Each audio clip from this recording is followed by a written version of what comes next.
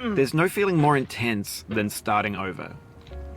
If you deleted your homework the day before it was due, as I have, or if you left your wallet at home and you have to go back after spending an hour in the commute. If you won some money at the casino and then put all your winnings on red but it came up black. If you got your best shirt dry cleaned before a wedding and then immediately dropped food on it. If you won an argument with a friend and then later discovered that they just returned to their original view. Starting over is harder than starting up. If you're not ready for that, like if you've already had a bad day, then what you're about to go through might be too much. Feel free to go away and come back. I'll be here. Alright, thanks for coming with me on this trip.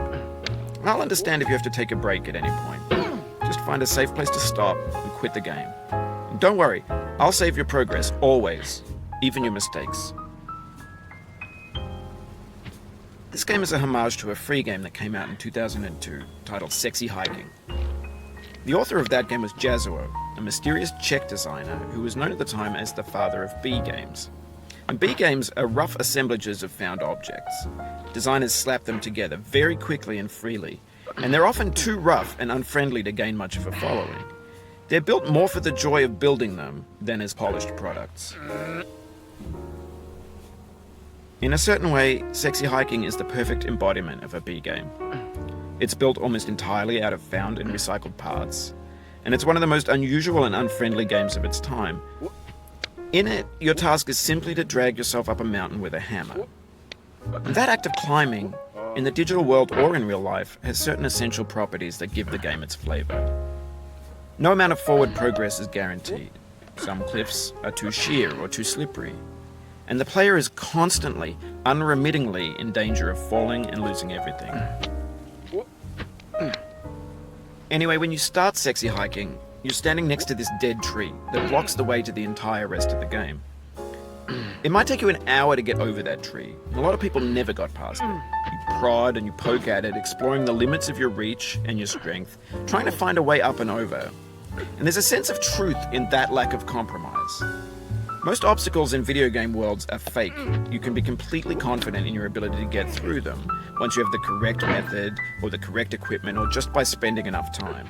In that sense, every pixelated obstacle in Sexy Hiking is real.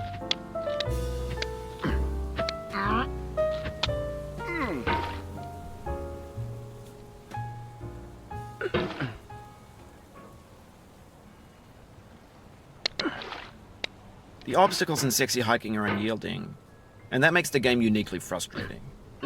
But I'm not sure Jazuo intended to make a frustrating game. The frustration is just essential to the act of climbing, and it's authentic to the process of building a game about climbing. A funny thing happened to me as I was building this mountain.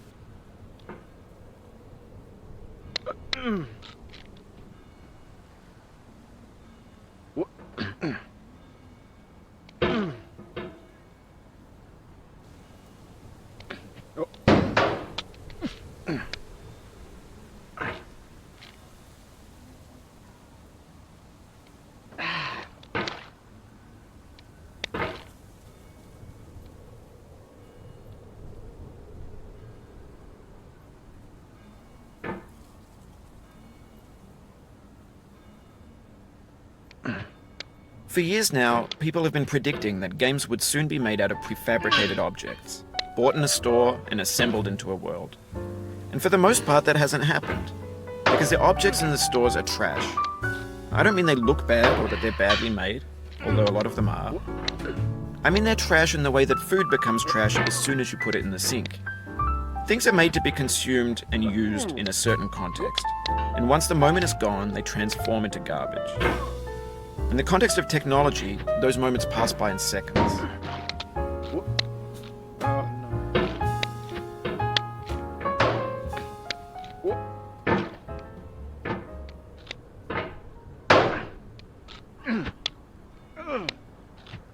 Over time, we've poured more and more refuse into this vast digital landfill that we call the internet. It now vastly outnumbers and outweighs the things that are fresh and untainted and unused. When everything around us is cultural trash, trash becomes the new medium, the lingua franca of the digital age. And you can build culture out of trash. But only trash culture. B games, B movies, B music, B philosophy.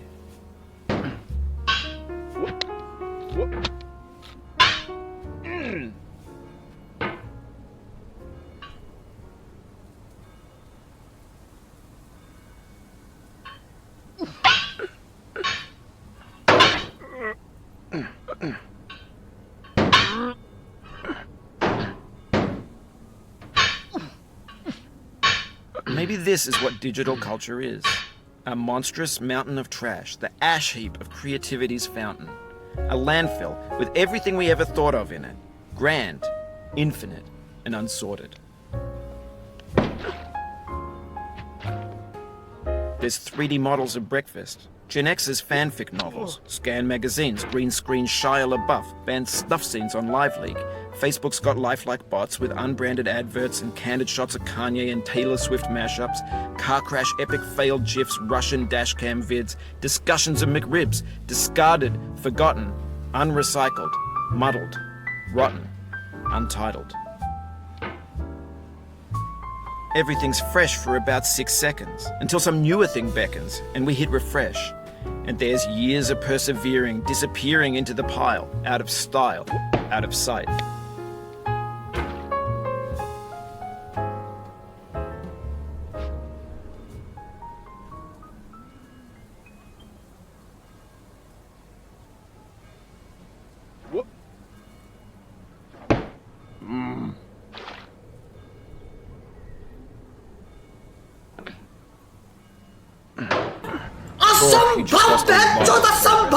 That's a deep